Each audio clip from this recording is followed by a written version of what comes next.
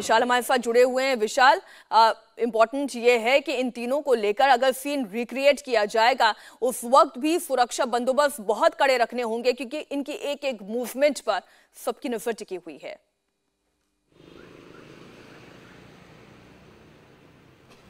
देखिए, चाहे कोर्ट में पेश करना हो मीनाक्षी, या फिर इनको मौके पर ले जाकर के घटना का रिक्रिएशन कराना हो, या फिर जेल में जब ये दाखिल किया जाएगा, जब पूछताछ कंप्लीट हो जाएगी, तो भी सबसे ज़्यादा सुरक्षा का ध्यान देना होगा। क्योंकि कई बार ये देखा गया है कि जेल में भी ऐसे सेंसिटिव मामलों के जो आरोपी होते हैं, हत्याकांड के आरोपी होते हैं, बड़े मामलों के आरोपी होते हैं, जेल में भी उनके ऊपर हमला होता है। अगर मुन्ना बजरंगी हत्याकांड की याद किया जाए तो एक दूसरे कैदी सुनील लाठी ने हत्या कर दी थी। इसके अलावा अगर जिगाना पिस्टल की बात कर लिया जाए तो अंशु दीक्षित जो एक बड़ा गैंगस्टर था, उसने पश्चिमी उत्तर प्रदेश में आतंक का पर्याय बनाए मुकीम काला की हत्या की थी, मिराज की हत्या की थी आज से 2 साल पहले चित्रकूट जेल में, उसमें भी जिगाना पिस्टल का इस्तेमाल हुआ था। सिद्धू मूसेवाले की हत्या हुई थी पंजाब में और वहां पे भी जिगाना पिस्टल का इस्तेमाल हुआ था। और अतीक और अशरफ की अगर हत्या होती है वहां भी जिगाना पिस्टल का इस्तेमाल होता है। 15 मैगजीन इसमें आती हैं, बस फायर मारने की काबिलियत रखती है। पंजाब के रास्ते जो आतंकवादी होते हैं वो सीमा पार से ऐसी पिस्टल्स को मंगवाते हैं और ऐसी पिस्टल्स का उन आरोपियों तक पहुंचना, उन अपराधियों तक पहुंचना जिनका कि अब से कभी भी पहले किसी भी बड़ी हत्या में नाम नहीं आया था या उनके ऊपर इस तरीके के गंभीर धाराओं के केसेस नहीं थे, ऐसे मामलों के आरोपियों तक जिगाना पिस्टल्स का पहुंचना एक बड़ी साजिश का इशारा जरूर करती है कि कोई ना कोई ऐसा जरूर है जो इस पूरे मामले के पीछे मौजूद है, मास्टरमाइंड है। यही वजह है कि पुलिस को इस पूरे हत्याकांड की तफ्तीश के दौरान न सिर्फ इस बात का ख्याल रखना होगा कि पुलिस सही ऑब्जेक्टिव तक पहुंचे, सही मोटिव तक पहुंचे, सही मास्टरमाइंड तक पहुंचे, बल्कि इन तीनों शूटर्स की जो जान है वो पुलिस के लिहाज से, इन्वेस्टिगेशन के लिहाज से बहुत ज्यादा महत्वपूर्ण है। मीनाक्षी, बिल्कुल आप ठीक कह रहे हैं विशाल। और बल्कि एक एंगल तो इस पूरे हत्याकांड में यह भी था कि जब अतीक अहमद अपनी गाड़ी से उतर रहा था, वो कहीं देखता है, एक इशारा करता है, मानो किसी को पास बुला रहा है, तो ये भी संभावना है कि क्या इन तीनों शूटर्स के बारे में उस व्यक्ति को पता था या इन तीनों शूटर्स को उस व्यक्ति, उस इन्फॉर्मर के बारे में पता था और इसलिए उन्होंने आंख दिखाना था और फौरन उस हत्याकांड को अंजाम दिया।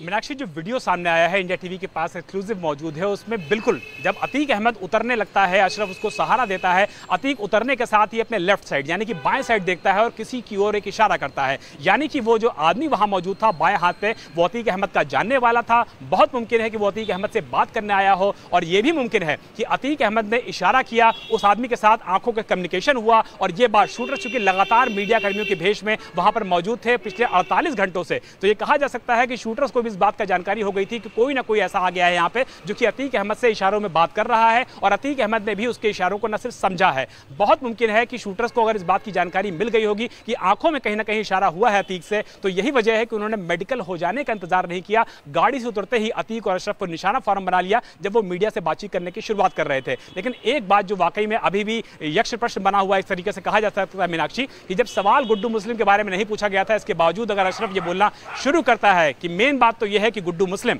और उसके बाद ये गोली चला दी जाती है, सवाल ये उठता है कि बगैर गुड्डू मुस्लिम के बारे में सवाल पूछे हुए गुड्डू मुस्लिम के बारे में अशरफ क्या बताना चाह रहा था, वो दूसरा शख्स कौन था जिसके साथ अतीक अहमद ने आंखों में कम्युनिकेशन किया था, 1 मिनट के लिए ठिठक गया था, रुक गया था और उसके बाद उतरता है, तो सवाल ये उठता है कि वो तीसरा शख्स वहां पर मौजूद जो था जिसने अतीक को इशारा किया वो कौन था, चौथा पांचवा शख्स जो अज्ञात। इतने सारे सवाल हैं और उन गुत्थियों को तभी सुलझाया जा सकता है जब ये तीनों शूटर्स बोलेंगे, जिनकी तस्वीर इस वक्त पूरा देश देख रहा है इंडिया टीवी पर। ये तस्वीर आप देखिए, तीनों आरोपियों को लेकर जब पुलिस यहां से निकली, अरुण मौर्य, सनी सिंह, लवलेश तिवारी, इन तीनों को नकाब में यानी पूरी तरीके से इनका चेहरा ढक कर तेज कदमों के साथ पुलिस इन्हें यहां से लेकर निकली, क्योंकि पुलिस को भी इस बात का डर सता रहा है कि कहीं ऐसा ना हो कि घात लगाकर इनके ऊपर भी कातिलाना हमला किया जाए। ऐसे में पुलिस की कड़ी सिक्योरिटी के बीच इन्हें फटाफट पुलिस की गाड़ी में बैठाया गया और फिर यहां से ले जाया गया। और पूरी जानकारी इस बात की भी मिल रही है कि यूपी एसटीएफ की टीम इन्हें उस हत्याकांड वाली जगह पर लेकर जाएगी और पूरे सीन को रिक्रिएट करेगी। इतना ही नहीं, जिस लॉज में रुके हुए थे, इनको मदद पहुंचाने वाले लोग कौन हैं, इन्होंने क्यों हत्या की है, हत्या के पीछे का मोटिव क्या था, इन तीनों के अलावा जो 2 और अज्ञात लोग हैं जिनके नाम पर यह पूरा मामला दर्ज किया गया है, तो वो 2 अज्ञात कौन हैं, पिस्टल कहां से मिली, पैसा कहां से मिला और ये पूरी प्लानिंग कब की गई, क्योंकि एक बड़ी जानकारी जो हमारे संवाददाता ने भी दी थी कि मारना तो इन्हें 1-2 दिन पहले ही था, लेकिन चूंकि असद का एनकाउंटर हो गया इसलिए इन्होंने अपना इरादा बदल दिया, वरना ये अतीक को पहले ही ठिकाने लगा देना चाहते थे। बार बार ये कह रहे थे, जो पुलिस को एकदम शुरुआती बयान इन आरोपियों ने दिया कि हम बड़ा माफिया बनना चाहते थे। तो ये बड़ा माफिया बनने के पीछे का इनका मकसद क्या था, क्योंकि हिस्ट्री शीट तो इनकी भी है, या फिर ये केवल गुमराह करने की पुलिस को कोशिश कर रहे हैं, इनके पीछे का दरअसल मास्टरमाइंड कोई और है। इन तमाम सवालों के जवाब तभी मिल पाएंगे जब पुलिस एक एक करके इन तमाम परतों को खंगालेगी, उधेड़ेगी, तब इन सवालों के जवाब मिलेंगे। विशाल हमारे साथ जुड़े हुए हैं। विशाल,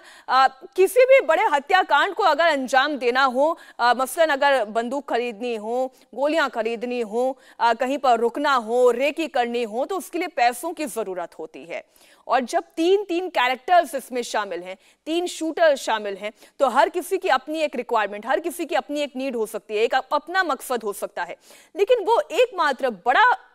किंग पिन कौन है जिनके इशारे पर ये तीनों काम कर रहे थे? ये बड़ा महत्वपूर्ण सवाल है।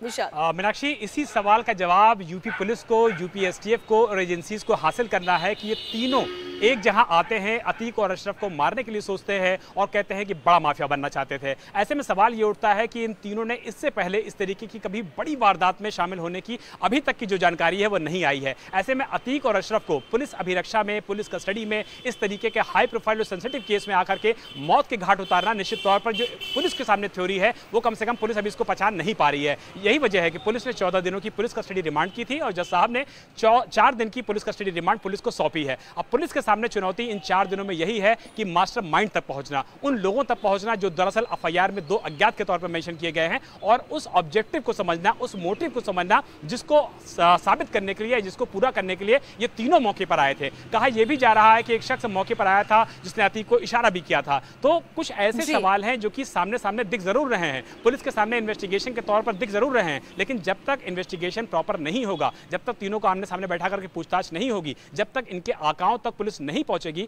तब तक इस इन्वेस्टिगेशन को पूरा नहीं कहा जाएगा। यही वजह है कि पुलिस कस्टडी रिमांड इन तीनों की ली है, क्योंकि पुलिस चाहती तो जेल में भी जाके पूछताछ कर सकती थी, लेकिन मौके पर इनको लाना, मौके पर सामने इंट्रोगेट करना, क्राइम सीन का रिक्रिएशन कराना और पूरे ऑब्जेक्टिव को समझना ताकि पूरे मामले का इन्वेस्टिगेशन सामने आ पाए, इसीलिए पुलिस ने पीसीआर ली है। इंडिया टीवी हर वक्त हर जगह डाउनलोड करने के लिए सर्च करें India TV news Google play store या ऐप स्टोर पर।